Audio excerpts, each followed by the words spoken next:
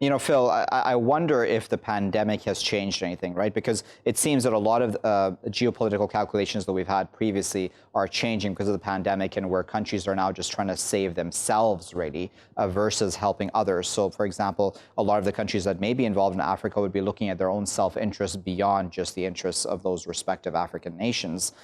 Do you think that that will change things, where Africa will learn to do things on its own? Not to say that it isn't, but I'm just saying to a larger degree to do things independently? One of the really interesting dynamics that's come out of the COVID-19 situation is the support that African states have received, not from their traditional donors in Europe or North America, but rather from the likes of China, from the United Arab Emirates, parts of the world that have been increasingly involved in African economies and African politics over the last 10 years or so, and are beginning to play a much more prominent role.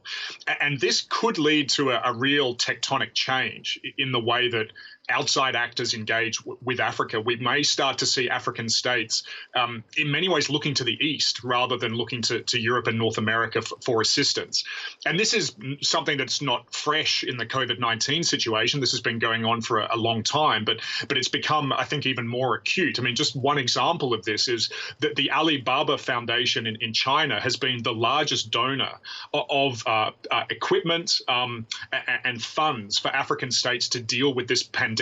Many African states were looking to the World Bank, looking to the IMF, looking to the European Union, and were not getting the kind of support that they wanted. Well, the Chinese government, Alibaba, as an economic actor, has swooped in and really seen an opportunity here to use COVID-19 not only to help African states, but also to implant themselves even more strongly as political, economic, and humanitarian actors in Africa. So it's going to be interesting in the next 5 to 10 years to see just how significant a change that represents.